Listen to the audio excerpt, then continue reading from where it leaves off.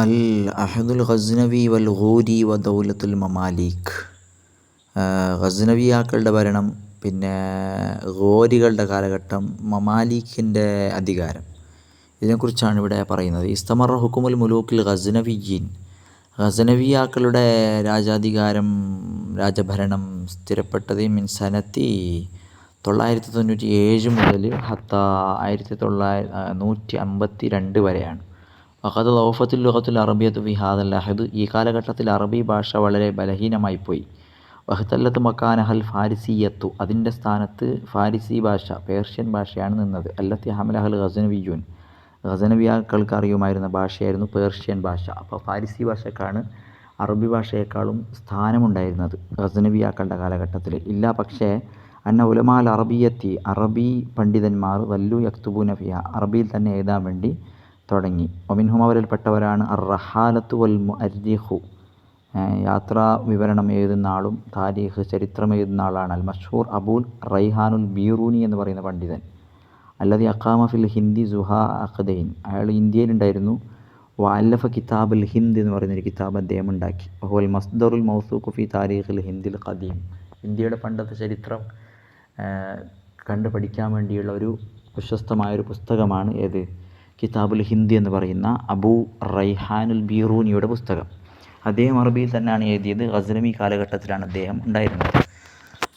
വഖദിമയിലൽ ഹിന്ദ്. ഇന്ത്യയിലേക്ക് പിന്നൊരാളും കൂടി വന്നു, ഷെയ്ഖ് മുഹമ്മദ് ഇസ്മായിൽ എന്ന് പറയുന്ന ആൾ. വഹു അദ്ദേഹം അവ്വലു മുഹദ്ദിസിൻ വ മുഫസ്സിരിൻ ഇസ്തഖറ ഫിൽ ഹിന്ദ്.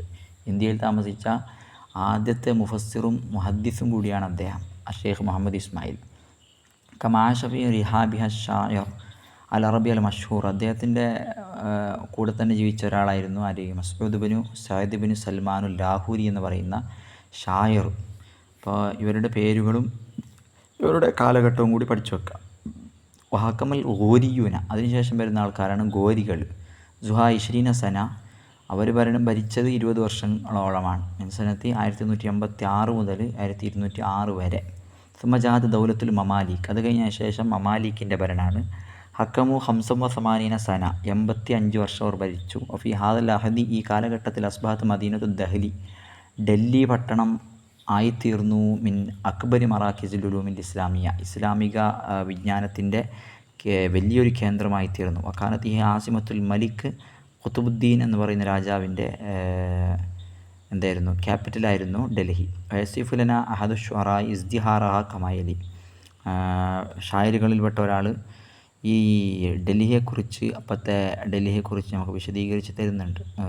ഇന്നൽ ബിലാദ ഇമാവുൻ വഹിയ സയ്യിദത്തുൻ വൈനഹ ദുറത്തുൻ വൽകുല്ലു കസ്വദഫി സുക്കാനുഹ ഖൈറു അഹ്ലിൽ അർദി ഖാത്തിബത്തൻ ഖൽകം വഖുലുകൻ ബിലാ അജമിൻ വലാ സ്വലഫി കമസ്ജിദിൻ സഖറഫത്ത് ഫിഹ മനാറത്തുഹു ലൗ ഖാബലത്തുഹു ശംസു സഹു തൻകസിഫൂന. ഇതിപ്പോൾ പിന്നെ ബൈത്ത് പാടിയതാണ് അതിനെക്കുറിച്ചിട്ട്. പിന്നെ അബിമാ അന്ന ഹാദൽ അഹദ് അഹദു റഹായിം അമ്നിൻ. നിർഭയത്വത്തിൻ്റെയും സമാധാനത്തിൻ്റെയും കാലഘട്ടമായിരുന്നു മമാലിക്കിൻ്റെ കാലഘട്ടം. വസലത്ത് ഉഫൂദുൽ ഉലമായി ഇലൽ ഹിന്ദി അഫ്വാജ. ഇന്ത്യയിലേക്ക് ഉലമാക്കളുടെ സംഘങ്ങൾ തന്നെ കൂട്ടം കൂട്ടമായിട്ട് വരാൻ വേണ്ടി തുടങ്ങി. അലിഫു ഇല ഹാദ. ഇതിലേക്ക് ചേർക്കുന്ന അമാലൽ അനഫി വ തദ്മീരി അലത്തിക്കാനത്ത് തന്തഷിറു ഫി ഷർക്കിൽ ഇസ്ലാമി. മിൻ ബഗ്ദാദ് മുതൽ ഇല ബുഖാറ വരെ ഇസ്ലാമിക കാര്യങ്ങളെ മൊത്തം നിഷേധിക്കുകയും ഇസ്ലാമിനെ ശത്രുത വയ്ക്കുകയും മുസ്ലിമുകളെ ആക്രമിക്കുകയും ചെയ്യുന്ന ഒരു സമയമായിരുന്നു മമാലിക്കിൻ്റെ കാലഘട്ടത്തിൽ.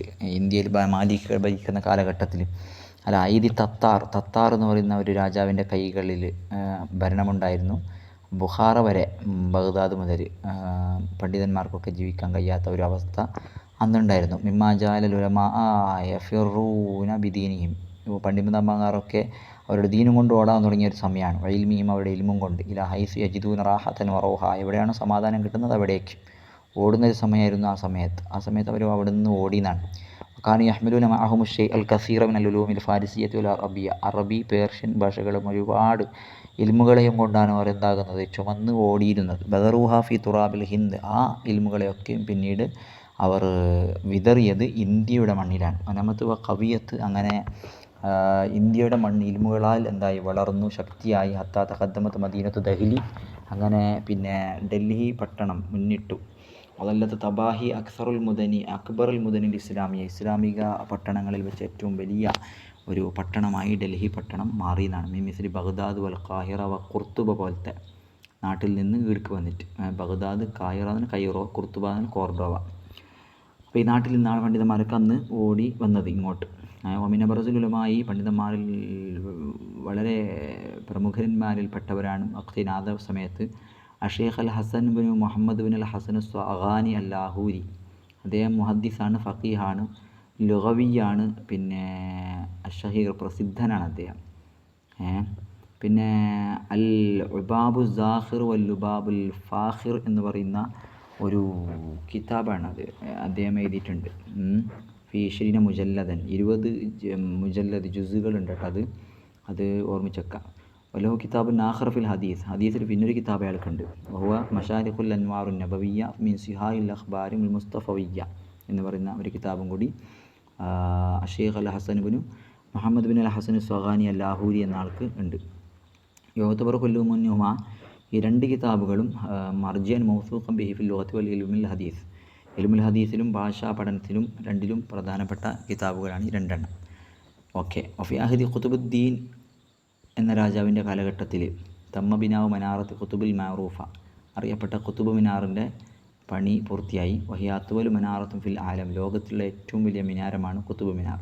ബുനിയത്ത് മിനൽ ഖത്ഇൽ ഹിജരിയത്തിൽ ഹംറ, ചുവന്ന കല്ലുകളെ കൊണ്ടാണ് അത് നിർമ്മിക്കപ്പെട്ടത്. വലം യഖ്ദിർ ഖുതുബുദ്ദീൻ അലാ തക്മീലിഹ, ഖുതുബുദ്ദീൻ തന്നെ പൂർത്തിയാക്കാൻ കഴിഞ്ഞില്ല. ഫൈനമ കമ്മലഹ ഖതനുഹു, അദ്ദേഹത്തിൻ്റെ പിന്നെ അൽമലിക് അൽത്തുമിഷ് രാജാവാണ് എന്തായത് അതിനെ പൂർത്തിയാക്കിയത് 1230. വഫിഹ, അതിലുണ്ട് 387 ദറജ,